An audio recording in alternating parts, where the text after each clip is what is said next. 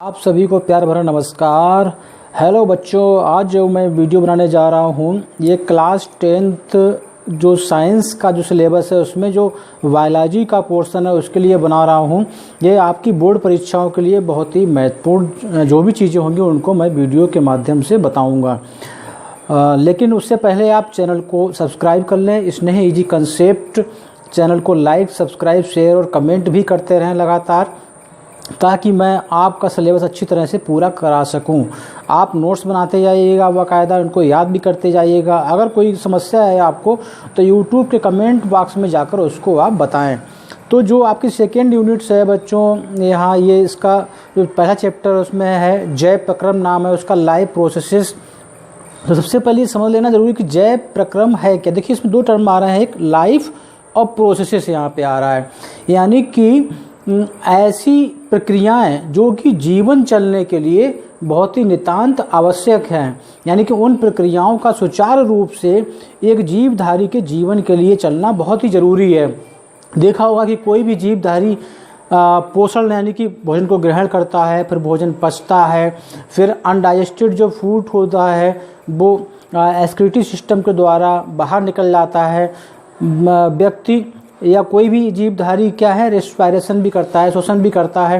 पौधे हम लोगों के लिए जो भोजन बना रहे हैं फोटोसिंथेसिस क्रिया के द्वारा बना रहे हैं। तो ये क्या है, सारे ये प्रोसेसेस हैं किसके, जीवन के चलने के लिए, क्योंकि अगर ये सारी नहीं होंगी तो एक जीवधारी का अस्तित्व ही समाप्त हो जाएगा।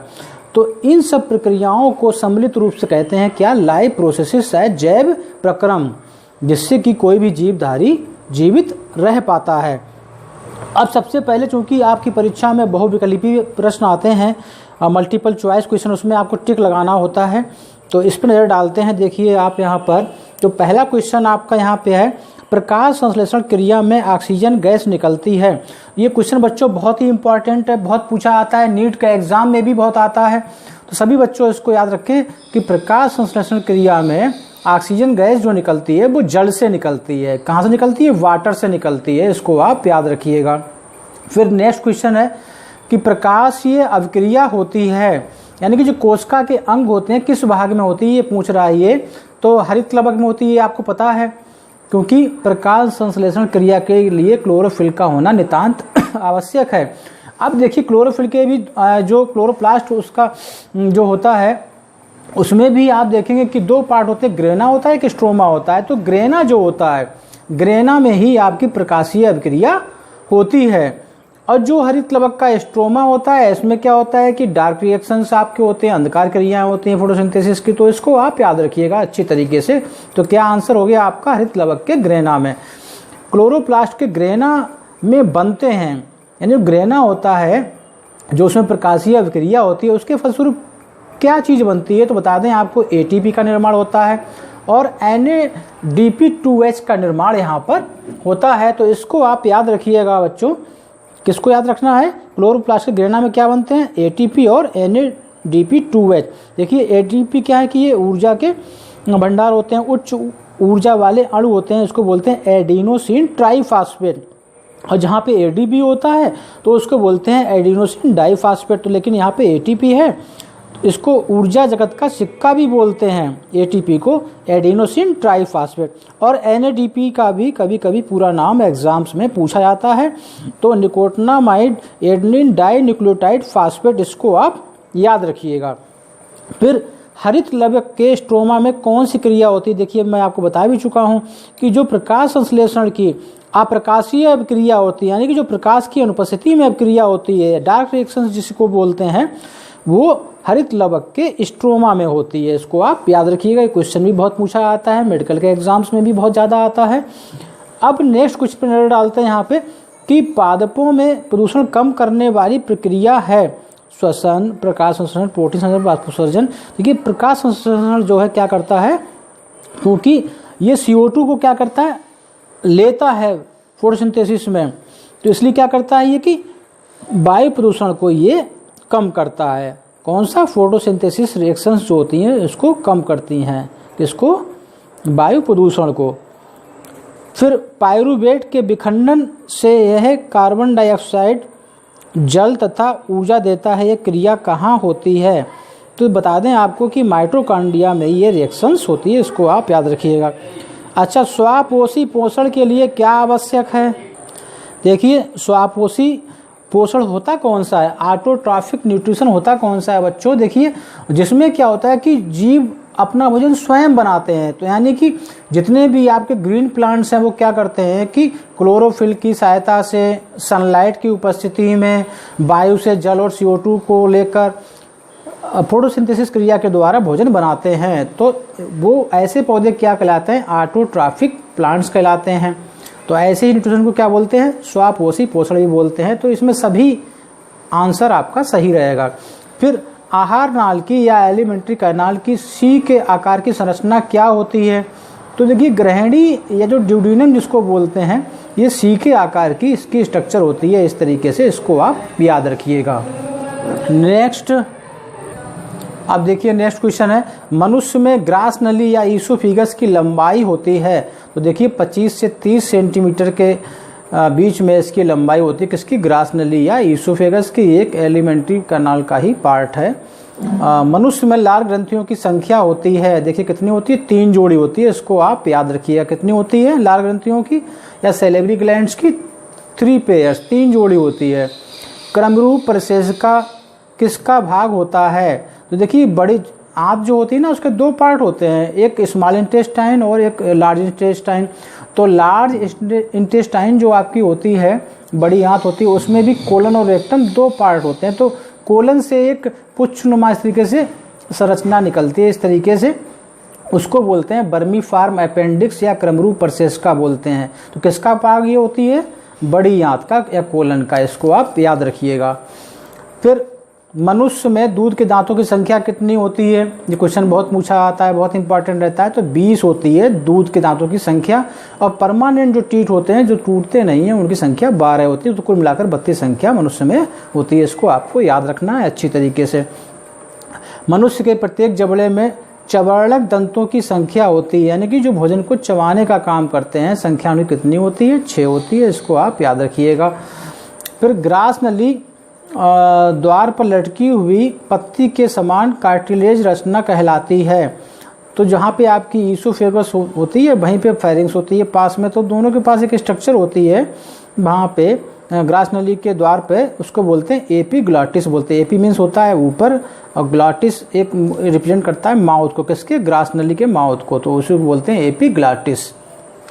यकृत स्रावित करता है। यकृत से क्या निकलता है? देखिए, बाइल जूस निकलता है, पित्त रस निकलता है। इसको आप याद रखिएगा। क्या निकलता है? पित्त रस निकलता है। फिर नेक्स्ट क्वेश्चन है, आहार नाल के पेशीय संकुचन को क्या कहते हैं? देखिए, आहार नाल के पेशीय संकुचन को क्रमाकुंचन कहते हैं या पेरिस्टालसिस मूवमेंट कहते हैं। इसको आप याद रखिएगा। जठर रस स्रावित होता है, गैस्ट्रिक जूस स्रावित होता है। कहाँ स्रावित होता है? आमाशय में होता है, स्टमक में होता है। इसको आप याद रखिएगा। नेक्स्ट क्वेश्चन आपका है, स्ट्रिएप्सिन एंजाइम क्रिया करता है कहाँ? वसा पे करता है। निम्न में से विटामिन का कौन सा जोड़ा जल में घुलनशील? देखिए, बहुत ही इंपॉर्टेंट क्वेश्चन है, मोस्ट इंपॉर्टेंट है। इसको आप याद रखिएगा, जरूर याद रखिएगा, क्योंकि बहुत पूछा आता है कि निम्न में से विटामिन का कौन सा जोड़ा जल में घुलनशील होता है। देखिए, बी विटामिन बी और सी, चाहे B1 हो, B2 हो, B3, B5, B6, B12, तो ये सारी विटामिन जो होती है बी और सी कैसी होती हैं? जल में घुल सकती हैं, घुल जाती हैं। तो वाटर सॉल्युबल होती हैं। इनको आपको याद रखना है। और जो वसा में घुलनशील होती हैं उनको बोलते हैं हम ADEK। तो ये कैसी होती है? वसा में घुलनशील होती है ADEK, और जल में घुलनशील होती है B और C। इसको आप याद रखिएगा। बहुत ही इंपॉर्टेंट क्वेश्चन है बच्चों। हाँ, अब नेक्स्ट क्वेश्चन पे बढ़ते हैं। यहाँ पे विटामिन सी का अच्छा स्रोत है। देखिए, जितनी खट्टी चीज़ें होती हैं सब में भी आपको विटामिन सी मिलती है। देखिए इसमें, लेकिन यहाँ पे ऑप्शन दिया हुआ संतरा, संतरा सही होगा। लेकिन आंवला जो होता है रिचेस्ट सोर्स है, बहुत ज़्यादा आंवला में विटामिन सी पाई जाती है। तो इसको आप याद रखिएगा, संतरे से भी ज़्यादा आंवले में होती है। बेरी रोग किस विटामिन की कमी से होता है? बता दें आपको, विटामिन B1 की कमी से होता है, जिसको जो है थायमिन भी बोलते हैं। तो विटामिन B1 की कमी से ही बेरी रोग होता है। बहुत मोस्ट इंपॉर्टेंट क्वेश्चन है, इसको आप याद रखिएगा। मनुष्य की लार में कौन सा एंजाइम पाया जाता है? तो टाइलिन पाया जाता है मनुष्य की लार में, इसको आप याद रखिए। क्या पाया जाता है? टाइलिन, या इसको सैलिवरी एमाइलेज भी बोलते हैं। क्या बोलते हैं? सैलिवरी एमाइलेज भी इसको टाइलिन को बोलते हैं। इसको आपको याद रखना है। हीमोग्लोबिन महत्वपूर्ण भूमिका निभाता है। देखिए श्वसन में जो होता है जीवधारियों में, उसमें हीमोग्लोबिन की बहुत ही महत्वपूर्ण भूमिका होती है। इसको आप याद रखिएगा, बहुत ही महत्वपूर्ण है क्वेश्चन, ये इंपॉर्टेंट है। ऊर्जा की मुद्रा, देखिए अभी मैंने आपको बताया था कि ऊर्जा की मुद्रा किसे कहते हैं? एटीपी को कहते हैं, यानी कि करेंसी ऑफ द सेल्स। कोशिका की इसको करेंसी भी कहते हैं, मुद्रा भी कहते हैं, क्योंकि ये ऊर्जा के भंडार होते हैं एटीपी। तो ऊर्जा की मुद्रा क्या कहलाती है? एटीपी को कहते हैं। ये आप याद रखिएगा, बहुत इंपॉर्टेंट क्वेश्चन है। फिर ग्लाइकोलाइसिस प्रक्रिया संपन्न होती है, कोशिका के कोशिका द्रव्य में होती है। तो इसको आप याद रखिएगा, किस में होती है? कोशिका के कोशिका द्रव्य में। अच्छा, फिर ये ग्लाइकोजेनेसिस क्रिया में बनता है। तो ग्लाइकोजेनेसिस यानी कि क्या बनता है इसमें? इसमें बनता है आपका ये ग्लूकोज ऑप्शन दिया हुआ है, ग्लाइकोजन ऑप्शन दिया हुआ है, विटामिन ऑप्शन दिया हुआ है, प्रोटीन्स दिया हुआ है। हाँ तो बच्चों, ग्लाइकोजेनेसिस क्रिया में क्या होता है? यहाँ पे देखिए ये आंसर इन्होंने गलत दिया है, ग्लूकोज नहीं बनेगा यहाँ पे। ग्लाइकोजेनेसिस क्रिया में बनता है ये ग्लाइकोजन बनेगा, ग्लाइकोजेनेसिस। ठीक बच्चों, इसको आप याद रखिएगा कि ग्लाइकोजेनेसिस क्रिया में क्या बनता है? ग्लाइकोजन बनता है। ये बहुत ही इंपॉर्टेंट क्वेश्चन है। ग्लाइकोलाइसिस के अंत में कितने एटीपी अणुओं का लाभ होता है? तो बता दें आपको, कुल 2 एटीपी अणुओं का लाभ होता है ग्लाइकोलाइसिस के अंत में। फिर मनुष्य हृदय में कक्षों की संख्या कितनी होती है? बहुत ही इंपॉर्टेंट क्वेश्चन है, बहुत पूछा जाता है परीक्षाओं में। तो 4 होती है कक्षों की संख्या। कौन कौन से होते हैं? आलिंद और निलय होते हैं, यानी कि आर्किल और वेंट्रिकल होते हैं। इसमें भी क्या होता है कि left auricle, right auricle, left ventricle, right ventricle. तो इसको आप याद रखिएगा, बहुत ही इंपॉर्टेंट क्वेश्चन है। कितने कक्ष होते हैं? 4 होते हैं। अब देखिए सरीसृप वर्ग में एक जंतु है मगरमच्छ, जिसे क्रोकोडाइल बोलते हैं, उसमें भी 4 कक्षीय हृदय पाया जाता है। इसको आप अच्छी तरह से याद रखिएगा, बहुत पूछा आता है परीक्षाओं में। पल्मोनरी या फुफ्फुस सिरा खुलती है या रुधिर लाती है? तो देखिए बायां आलिन से लाती है, लेफ्ट आर्कल से लाती है। इसको आप याद रखिएगा अच्छी तरीके से, ये भी इंपॉर्टेंट क्वेश्चन है। फेफड़ों में शुद्ध रक्त आता है तो कहाँ से आता है? बायां आलिन से आता है, लेफ्ट आर्कल से आता है। इसको भी आप याद रखिएगा, ये भी क्वेश्चन इंपॉर्टेंट है बहुत आपके लिए।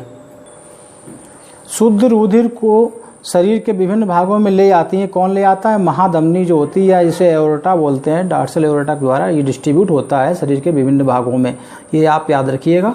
वह कौन सी सिरा है जिसमें शुद्ध रुधिर प्रवाहित होता है? तो पल्मोनरी वेन एक मात्र ऐसी वेन है या सिरा है जिसमें कि शुद्ध रक्त बहता है। शुद्ध रक्त कौन सा होता है? जिसमें ऑक्सीजन डिजॉल्व रहती है, घुली हुई रहती है। रुधिर के कितने समूह होते हैं? 4 समूह होते हैं। मुख्य रूप से बता दिया आपको कि ए बी और ओ 4 समूह होते हैं। रक्त का लाल रंग किस पदार्थ की उपस्थिति के कारण होता है?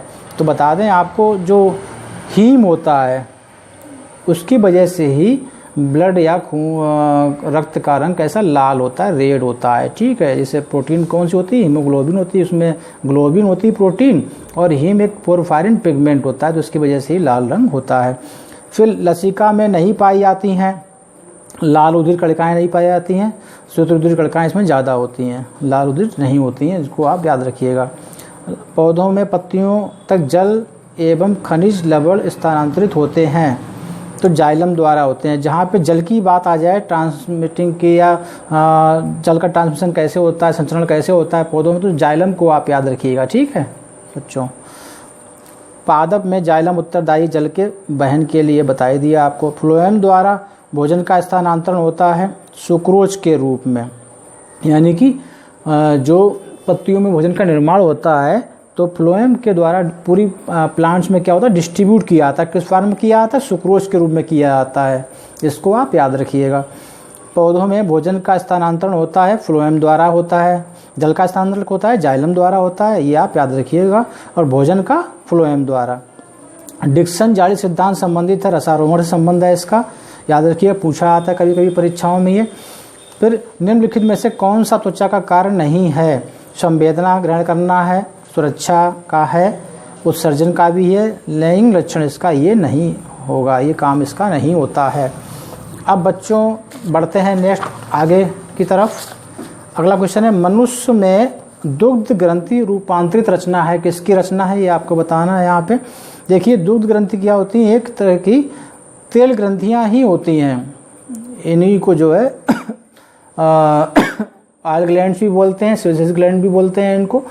तो ये किसका मॉडिफिकेशन होती है, तेल ग्रंथियों का होती हैं, इसको आप याद रखिएगा। अमोनिया का यूरिया में परिवर्तन कहाँ होता है, यकृत में होता है, लीवर में होता है। और लीवर क्या होता है, शरीर की सबसे बड़ी बाह्य ग्रंथि होती है, इसको आप याद रखिएगा, पूछा जाता है बहुत परीक्षाओं में। मनुष्य में वृक्क एक तंत्र का भाग है जो संबंधित है, तो वृक्क का काम कहाँ पे किससे हो गया, उत्सर्जन से हो गया, एक्सक्रीटरी सिस्टम से हो गया, क्योंकि ये खराब पदार्थों को शरीर से बाहर निकलने में हेल्प करता है। क्या करता है कि ब्लड को फिल्टर करता है, ब्लड को छानने का काम करता है। फिर बोमेन संपूर्ण भाग है, किसका भाग होता है, वृक्क नलिका का होता है, ये आप याद रखिएगा। गर्मियों के दिनों में किस कारण दोपहर में पौधे मुरझा जाते हैं, क्योंकि वाष्पोत्सर्जन की गति बढ़ जाती है, इसलिए पौधे मुरझा जाते हैं। पौधों में जाइलम का कार्य क्या होता है, जल का संबंध होता है, ये बता दिया है आपको, इसको आपको याद रखना है। फिर कोशिकीय प्रक्रमों में ऊर्जा मुद्रा कौन सी होती है, एटीपी होती है। देखिए फिर क्वेश्चन रिपीट हुआ है। पित्तरस का स्राव कहाँ होता है, यकृत में होता है, इसको आपको याद रखना है, कहाँ होता है, यकृत में होता है। केवल जल में घुलनशील विटामिन कौन सी, आपको बता चुके हैं, विटामिन बी और सी जल में घुलनशील होती है, तो यहाँ पे आंसर सी हो जाएगा। अब बढ़ते हैं नेक्स्ट क्वेश्चन की ओर। एटीपी तथा NADP2S का निर्माण कहाँ पे होता है, क्लोरोप्लास्ट में होता है, हरित लवक में होता है, ये आपको बता दिया था अभी। केवल न्यूक्लिक अम्ल तथा प्रोटीन्स के बने होते हैं, तो विषाणु जो होते हैं या वायरस जो होते हैं केवल न्यूक्लिक अम्ल और प्रोटीन्स के बने हुए होते हैं। विषाणु की खोज किसने की थी, इवानोव्स्की ने की थी, या दमित्री इवानोव्स्की ने की थी, इसको आप याद रखिएगा। विषाणुओं के अध्ययन को ही वायरोलॉजी कहा जाता है।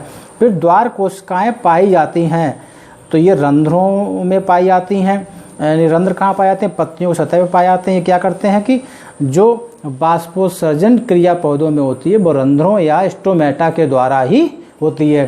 तो ये बच्चे सारे ये क्वेश्चंस आपके ऑब्जेक्टिव्स या मल्टीपल चॉइस क्वेश्चन हो गए हैं, इनको आप याद रखिएगा। ये आपके सेकेंड यूनिट के हुए हैं, जिसका नाम है जैव प्रक्रम लाइफ प्रोसेस। इनको याद करने के बाद नेक्स्ट वीडियो में आपसे फिर मुलाकात होगी, जो आपके आगे कोई क्वेश्चन जो भी इम्पॉर्टेंट है। देखिए बच्चों, इनको आप अपनी कॉपी पर लिख के बाकायदा नोट्स बनाते रहिएगा और याद करते रहिएगा, क्योंकि ये सारे क्वेश्चंस आपको परीक्षाओं में ज़रूर मिलेंगे बेटा। तो इसलिए इनको आपको हर हाल में याद करना है अच्छी तरीके से, और नोट्स ही बनाते जाना है साथ में ही, और इनका विधिवत आपका टेस्ट भी समय समय पर लिया जाएगा।